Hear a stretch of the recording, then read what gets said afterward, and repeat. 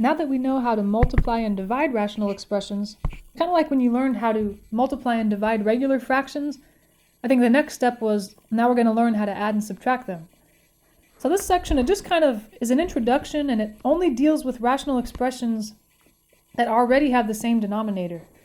So the next section is kind of dealing with what if you're trying to add or subtract these guys when they have, when they have different denominators in the next section. For this section, we're just dealing with what if they have the same denominator, how does that work? Once we get comfortable with that, in the same section, actually, on the second page, we'll talk about we're not adding and subtracting fractions yet that have different denominators. We're just going to discuss what a least common denominator would look like if we happen to try to find one. So we'll practice kind of finding the least common denominator, but we won't use them to actually add and subtract fractions or rational expressions until the next section. Okay, so let's just jump into it. Like if you look at example 1 part A, notice these are just two regular fractions. And I threw that in there just so we'll kind of get the hang of it, because like I said before, these behave very similar to regular fractions. So how do you take two fractions that have the same denominator and add them? Well, remember, all you do is you add their numerators and don't change their denominators, right?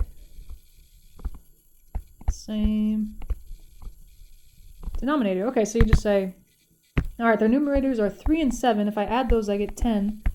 Their common denominator is already a 4. I don't say 4 plus 4 is 8, so definitely don't do that. You just add their numerators, same denominator.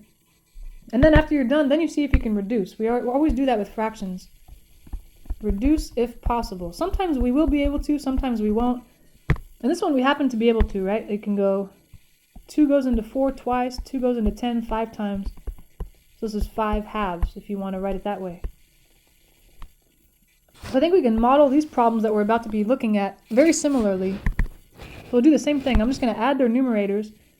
And you can be careful if you want. You can say, okay, it's 2x minus 5 plus 2 minus x. That's what I'm going to have in my numerator all over that common denominator, if you just want to be safe. Or you can add in your head. You could have said, okay, what are the like terms here? 2x and negative x make x. Then you've got negative 5 and 2, that makes negative 3. So you could have just skipped right from this step all the way to this step. Or you could be careful and do it here. You could say, well, here are the like terms, 2x and negative x, that makes the x. Negative 5 and 2 makes negative 3, etc., etc. But we're keeping the denominator the same the whole time. And now we're kind of at the stage we were in this problem in part A, where we had 10/4. Remember when we got to 10/4, we said, oh, I should see if I can reduce this. We're going to try to do the same thing. We're going to say, can we reduce this, question mark. But like we saw in a couple sections back, you cannot try to reduce until you factor. So I'm going to see if either of these factors, the numerator or the denominator, the numerator does not factor. X minus 3 is as simple as it gets. But the denominator, x minus 3, is x plus 3, because it's a difference of squares. So then I noticed they do have a common factor, x minus 3. Those can cancel. Since there's nothing left in the numerator, it's automatically a 1, like we've seen before. The denominator does have something left over, x plus 3. So that'll be the complete answer. It's amazing to think, you look at that answer and you look at the original problem, they look nothing alike. But I guess it's because, kind of like this other one, we ended up with a 5 halves. That looks nothing like the original problem there. But I think it's because you reduced. If you didn't reduce it, it would look similar to the original. But yeah. And these guys, you know what, the bad thing is, there's not really a good way to check your answer. It's just kind of try it over again, see if you get the same answer. If not, that's a bad sign. But yeah, let's try one more here, part C, and then we'll move on to subtraction.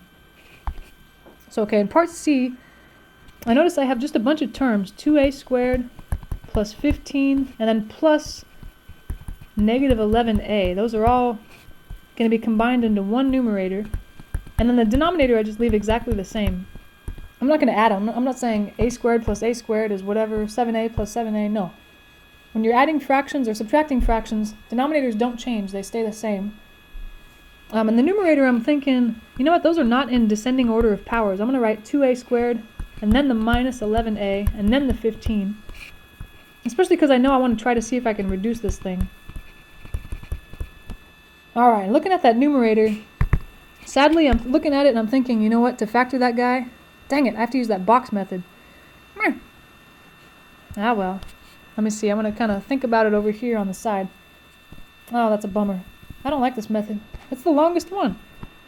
Alright, so I'm trying to factor 2a squared minus 11a plus 15. Here we go. So I do a times c. 2 times 15 is 30. What multiplies to that but adds up to the middle guy, negative 11? Good question. Let's see. 30 is 1 times 30? No, that can't work. That can't add up to negative 11. 2 times 15? No, that's not going to be negative 11. 3 times 10? No. 5 times 6? That would work. Negative 5 and negative 6. Or vice versa. Negative 6, negative 5. Those guys multiply to 30 but add up to negative 11. Whee! Now let me rewrite this guy. 2a squared stays the same. The 15 stays the same. It's that the 11a in the middle is going to split up into two terms with those coefficients that I just found. Negative 5 and negative 6. There we go. Now we're going to split it down the middle and ask, between the first two terms, what do they have in common? Well, they only have an a in common. If I factor a out, 2a minus 5 is left. Alright, between the third and the fourth term, 6a and 15 have a 3 in common. But I don't want to just factor a 3 out, I want to factor a negative 3 out because of that negative above it. Let's see, negative 3 times what is 6a, that would be 2a. Negative 3 times what is positive 15, it'd have to be negative 5. Alright, and the things in parentheses are the same, 2a minus 5. So I can factor that out, and the leftovers are a and minus 3. Whew, alright. So that's the numerator there. I'm going to rewrite that guy. He's 2a minus 5, a minus 3. And then thankfully that denominator is actually nice to factor because it's a trinomial with leading coefficient 1. The numerator didn't have a leading coefficient 1, which is what made it so difficult. You just need to figure out what multiplies to 12 but adds up to negative 7. I think negative 4 and negative 3, huh? Or negative 3 and negative 4, whatever order. Alright, now that I've done that, I notice these factors cancel, a minus 3's. The other factors don't, though. They're not exactly the same, so I'll have to keep that one, 2a minus 5 and a minus 4. So there's your answer. It's kind of painful, the factoring. Yeah, I think anytime you have to use the x method, it's going to be a painful process. And then when you're done in the end, it's probably not going to feel worth it. No, of course it does. I think as long as something cancels, it kind of feels worth it. Okay. So that's adding. It's pretty good, right? It's kind of similar to just reducing. I mean, you just add the numerators, being careful, and then you reduce if possible. So subtraction, it's pretty similar too. It's just, you got to be careful because what? Because if there are two terms in the numerator of the second fraction, actually what happens is this subtraction sign is meant for both of them. So you got to be careful. And the same thing over here. Subtraction will go to both of them. And that's why in the very first example I showed you that I usually am very careful. I go x squared in the first numerator and then subtract the second numerator, x plus 12. That's usually how I write it. I say, alright, what's the first numerator? Okay, write him, subtraction sign, write him, and then the second numerator, x plus 12, I write him next. Anyway, just to write it over the same fraction, I think that way I won't make a mistake and, I don't know, simplify wrong or only give the negative to one term, because really the subtraction sign is meant for that entire numerator, not just the x, but the 12 as well. And of course, like with the addition, you don't change the denominator. He's staying the same. Then now that I see that there is a minus sign in front of parentheses, I better distribute that guy. That'll become x squared minus x minus 12. And then the denominator, of course, stays the same. So that numerator, I think, factors. It's one of those simple factoring techniques because it's a trinomial with leading coefficient 1. I just need to figure out what multiplies to negative 12 but adds up to negative 1. That would be negative 4 and positive 3. And now that I factored it, I notice there is a common factor, x minus 4. What's left over is, you could write x plus 3 over 1 since there's nothing left in the denominator. But we know the fraction with denominator 1 is just really like a whole number. You can just write it as that numerator with no denominator. Alright, looking good. So okay, part B, let's try to do something similar. Especially with subtraction, like I said, I like to be really careful. I'm just going to rewrite this all as one fraction with the same denominator real quick here. Denominator stays the same. But the numerator I'm writing It's the first numerator subtract the entire second numerator. So I better be careful. That subtraction sign is meant for the 3t and the minus 4, both of them. So be really careful. You want to put that in parentheses. In the above examples where we were adding, it's not a big deal, because addition doesn't change signs. It's subtraction that you got to worry about, because he'll change signs and you might not have noticed it before. So I think I'll distribute that negative first. I'll keep the 1 minus 2t the same, but that subtraction sign, or the negative, whatever you want to call it, makes the 3t negative. It makes the negative 4 now positive, because it's a negative negative 4. And the denominator is just staying the same. The numerator has a lot of like terms now. It has 1 and 4, that makes 5. Negative 2t and negative 3t makes minus 5t. And then the denominator t squared minus 5t plus 4. Whew, alright. Now I'd like to see if I can factor either of these, numerator or denominator, and see if anything cancels. Let's see, that numerator, there's not much you can do with that guy, although you know what I think I would do? I'm going to think of that instead of 5 minus 5t. Remember how you said you want to write it in descending order of powers? I'm going to write negative 5t plus 5. And that way when I look at that, I'm going to say, okay, they have a 5 in common, but the leading term actually has a negative, so I want to make sure I take a negative out as well. That's going to make it factor better. Just keep that in mind. The leading term, I think that's why they always tell us to write it in descending order of powers.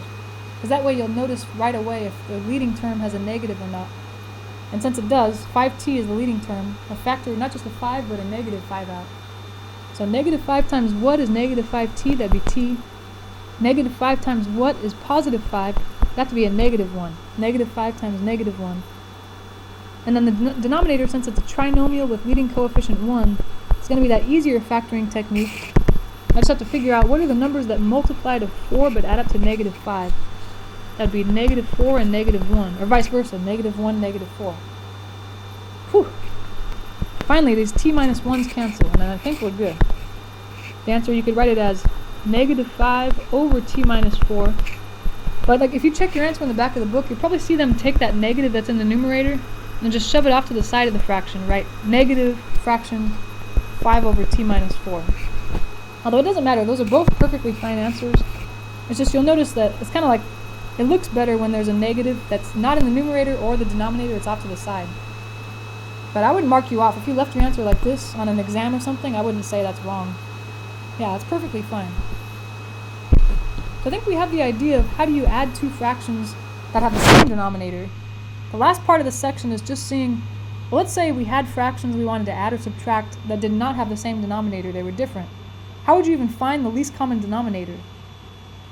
So now we're just going to look at different, maybe proposed denominators, figure out what their common denominator would be, but we're not really going to add fractions yet. We're going to wait till the next section. So the next section we'll have this down. We'll know how to find the least common denominator. In the next section we'll know what to do with it in order to actually add or subtract these guys. Alright, let's just read this over just to make sure it all makes sense. So what does it say here? To add or subtract two rational expressions, we must have the same denominator. Okay, we knew that because these rational expressions always behave just like regular fractions, and we know regular fractions can't be added or subtracted unless they have the same denominator. Okay, but if they don't have the same denominator, we must get a common denominator using these two steps. So step one, what you're going to want to do is write the complete factorization of each denominator. So it's kind of like factor it as far as you can, each denominator. Once you do that, then your common denominator, it's kind of, step two tells you how to look at the factorizations and what do you take from them and how do you come up with your common denominator. So it says include each factor the greatest number of times it occurs in any of the individual factorizations, as well as the least common multiple of any coefficients in the factored denominators. Now that sounds complicated, but I think once we do a few examples it'll make a lot more sense. These really actually take practice, you just gotta get your hands dirty and try them, and then they make a lot more sense. So let's try part A. They say, let's just pretend like there are two fractions that we have to add or subtract, and their denominators are, one of them has a denominator of 8t squared, the other one's 6t to the fifth. Okay, so imagine those are your denominators. What would be the least common denominator? Well, this one's not very complicated because there's nothing really to factor. This first denominator, just one term, 18t squared, so there's nothing really to factor. Same thing with the other denominator, 6t to the 5th. It's one term, so I can't really factor it. So really I'm just looking at, like it says, where did it say it? You want to include each factor the greatest number of times it occurs. So I think the numbers we'll worry about later, the 18 and the 6, but what about the t? It says you want to take that factor t, the greatest number of times it occurs. I see it occurs twice here and 5 times here. 5 is the greater, so remember, you want the greater number of times. 5, so okay. 5 is greater than 2. That's kind of why I took 5. And then not only the factors, but also, like it says here, where'd it go? As well as the least common multiple of any coefficients. So that's where how we're going to take care of the 18 and the 6. So looking at 18 and 6, what's their least common multiple? Or in other words, what if your denominators were 18 and 6? Like what if you had fractions, you want to go 1/18 plus 1/6. What would be their common denominator? It'd be 18, right? 18 is the common denominator. So that's really how you can think of least common multiple. It's like kind of like least common denominator. Alright, so that would be our LCD for that one, 18t to the 5th. It's almost like you just take as much as you can take, you know? Any factor you see, I want to take as many as I can between them. Like the first guy had 2 t's and the other guy had 5 t's. I'm really greedy, so I want the one that has the most. And then same thing with the numbers. I want the least common multiple, which is kind of like least common denominator, which will always be larger or at least as large as either number. Okay, let's try part B. That one's going to be kind of similar. So part B, he's got 2 denominators there. I've got 15a to the 4th, b to the 7th, and the other guy is 10a squared, b to the 8th. So I'll worry about the coefficients later, but I'm looking at the a and the b. I see that there's an a. I think of that as a factor, and then there's a b. That's a factor as well. I just have to determine, well, what's the power that I want? Looking at the powers on a, I've got a 4th power and a 2nd power. Remember that you want to take the greater number. Between 4 and 2, the larger is 4. So I'll take that. And then for the b's, same thing with their powers. Powers are 7 and 8. I want the larger of those, so I'm going to take an 8th power on the b. So I know my least common denominator is going to have an a to the 4th and a b to the 8th. Now I just have to worry about kind of the coefficients. So looking at the 15 and the 10, you know, if you feel weird about least common multiple, just think, what if those were fractions, 1/15 and 1/10 or something? Those are your denominators. What would be their LCD? Let's see, I think their LCD would be 30, right? 30 is the smallest number that you can, I guess, multiply either of those by something to get to. Okay, so 30 is the least common multiple of 10 and 15. Alright, so there he is. 30, a to the 4th, b to the 8th. Let's try part C now. Let's see, part C there. It's a little more interesting, so it's got more complicated denominators. One denominator is t squared minus 2t minus 15. The second one's t squared minus 9. So these ones, since there's actually, each denominator has more than one term, this is the first time we've seen that. We're actually going to have to do step 1 where it says, write the complete factorization. We'll have to factor the first denominator that I circled there. That guy factors into t minus 5, t plus 3. Because it's a trinomial leading coefficient 1. I ask what multiplies to this but adds to this. So that's that guy. And then versus the other denominator is t squared minus 9. That's a difference of squares. That's t minus 3t plus 3. Alright, so now, like step 2 says, what I usually do is I say, alright, my least common denominator, I'm going to take every factor I see. I just have to figure out how many of them do I need. So I see a t minus 5, I need that for sure. You're just being really greedy. I see a t minus 3, or sorry, t plus 3 here. And the second denominator, I also see a t minus 3. That's different. But this t plus 3, I've already included that here. Alright, and then for each one I say, well, how many do I need? Well, looking at t minus 5, remember it says for each factor, you take however many you need, you want to take the greatest number that you see. So in the red factorization, I only see 1 t minus 5, that's 1, and I see none in the green one. The larger between 1 and none is 1. So I only need one of those guys. And then for t plus 3, I look at the powers. There's only 1 t plus 3 on the red factorization. There's only 1 t plus 3 in the green factorization. So the larger would just be 1. You're not going to combine them. It's not 1 plus 1 is 1. You just look at the powers and say which one's larger. So which one's larger, 1 or 1? Well, since they're the same, the larger is 1. And then similarly for the t minus 3, there are no t minus 3's in the red factorization. There's 1 in the green one. So really you just need 1 of each of those 3, and then you're done. And I could drop those 1 powers. They're just kind of there to remind me kind of how many I need and where I got those numbers. And that's a complicated least common denominator there. Alright, let's look at part D now. This one, notice there are 3 denominators. X minus 2 is one denominator. That guy does not factor because it's as simple as it gets, so he's not gonna, there's not much you can do with that. Just think of him kind of as his own factor.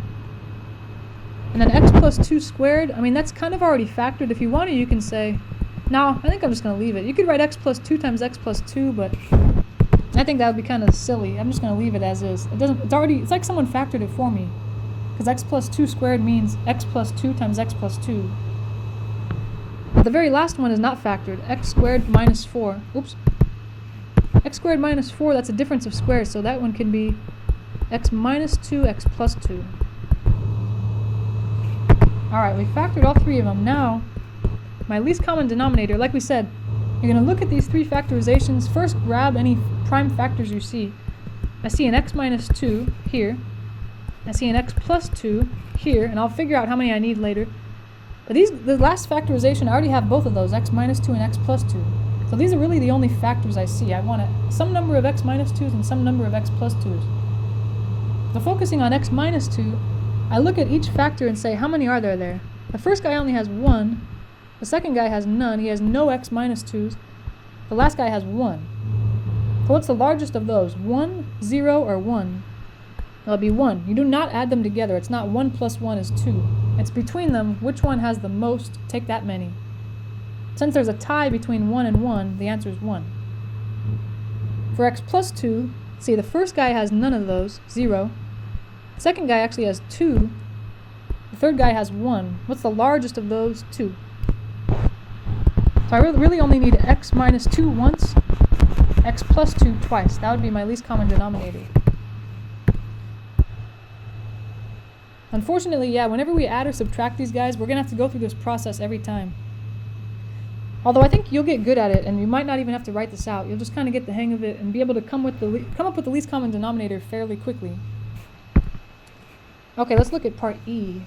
We have 2 denominators. One of them's, this should be t's, I'm sorry. T cubed plus 4t squared plus 4t, and then t squared minus 4t. That's a different one. Let's try to factor the first guy. So the first guy, it's t cubed plus 4t squared plus 4t. The first thing I notice is that they have a t in common I can factor out. I take t out, what's left? T squared plus 4t plus 4. And I think what's left in there can be factored further. That's t plus 2, t plus 2. And actually, since that's the same factor, I might write it twice. T plus 2 squared, since it's times itself. Whew, so that guy actually factored quite a bit. On the second guy, that guy also has a common factor of t. But if I take t out, t minus 4 is left. Alright, so when I find my least common denominator, I'm going to be focusing on this fully factored first denominator and the fully factored second denominator. So focus on those guys. Everything else is just kind of scratch work. It's okay, least common denominator should have every factor I see. So looking at the red factorization, I see some kind of t. I see a t plus 2, and I'll figure out how many of each I need. In the blue factorization, I see a t, but I already have that here. And I don't have a t minus 4, so I'll include that guy. For the t, I think, how many do I need? Well, how many does the first guy have? He has 1. The second guy also has 1. What's the larger of those? 1. Since they're tied for first place, that's what it is. It's the largest one, 1. T plus 2s, the first guy has 2 of them. The second guy has none. So the larger of those, of course, is 2. I must need 2 in my answer. For the t minus 4, the first factorization, the red one has none.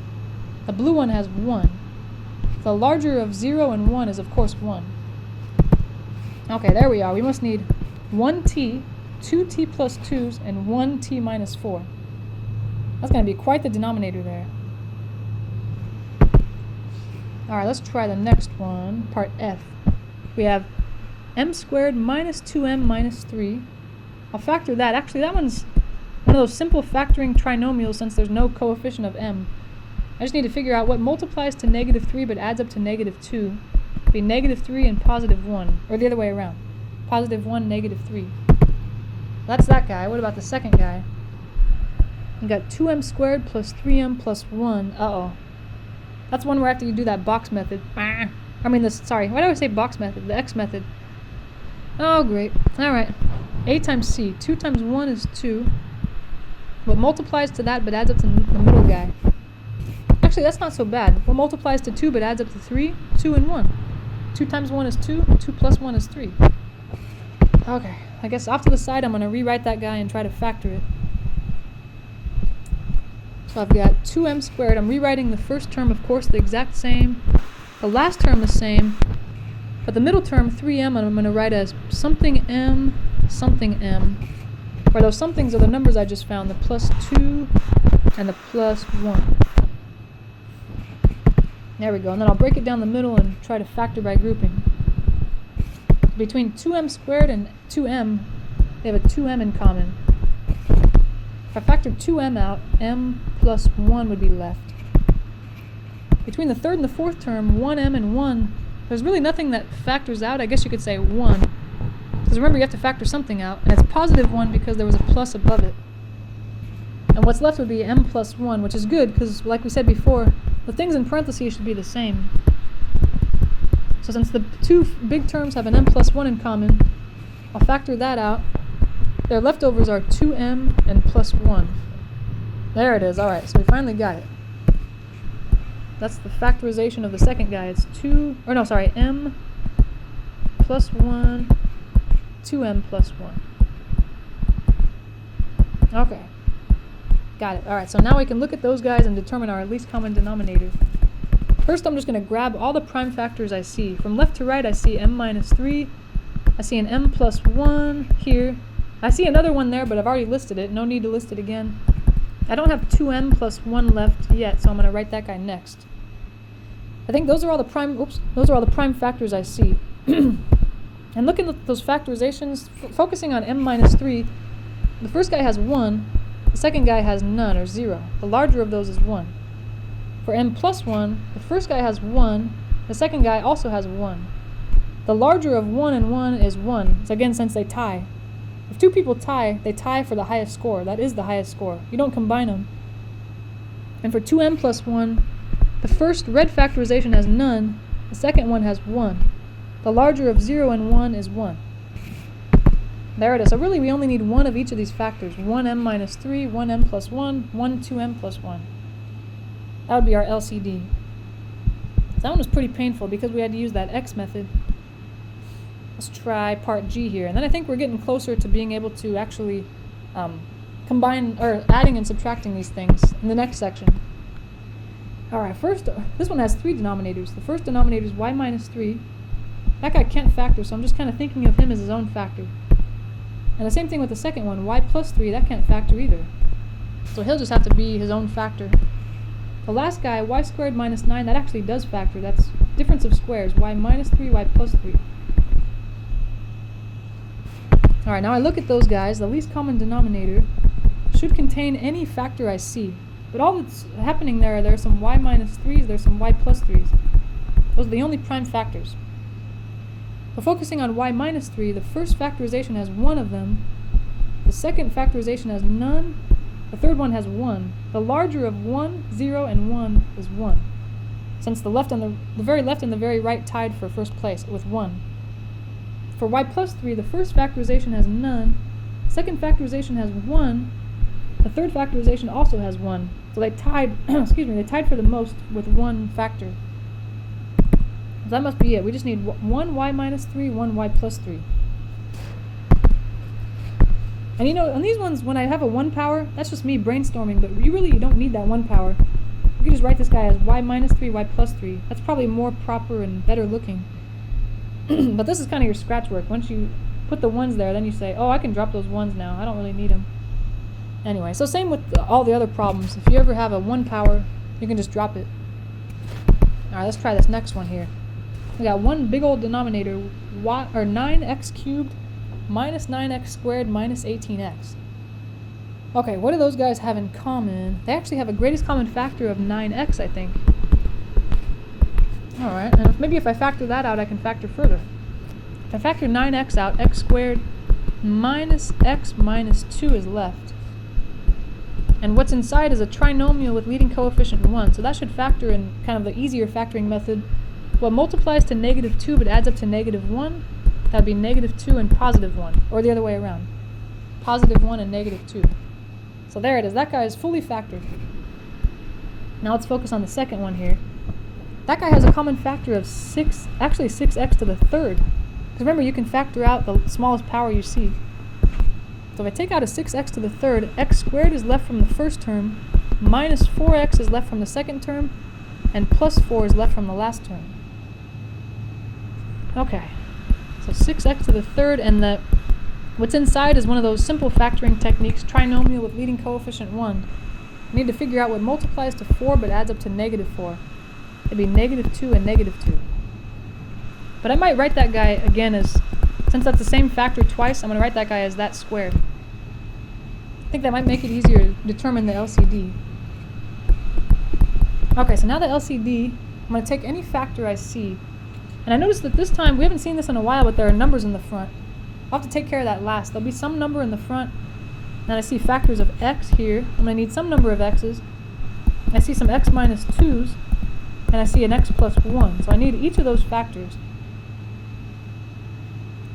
And now I'll determine the powers on those guys. For x, the power on the left green factorization is a 1.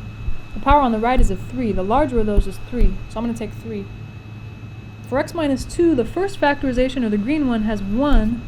The second factorization has 2. So for sure 2 is the larger. I'll take that many. For the factor of x plus 1, I see one of them on the left and none on the right. The larger of 1 and 0 is 1. But also, like we said, we need to take care of the 9 and the 6. So there's going to be a coefficient here. It's going to be, like we said, the least common, the least common multiple of 9 and 6. And like I said before, if that kind of weirds you out, you can say, what if I had two fractions adding and those were the denominators? What would be the common denominator? I think 18, right? 18 is the smallest number that you can kind of transform 9 and 6 into. Alright, so that must be part of my least common denominator. That is probably as bad as these problems get. That's as bad as they get. You needed a coefficient, you needed an x to a power, and then two different factors, x minus 2, x plus 1. Whew! That was tricky, you guys. But this definitely practicing just finding the common denominator will really help in the next section. So next section we're actually going to look at adding and subtracting rational expressions that have different denominators. This should be interesting. So thanks for listening. I'll see you in that section. Should be fun. Be really careful. As long as you're really careful, you should be fine. But alright, thanks. Have a nice day.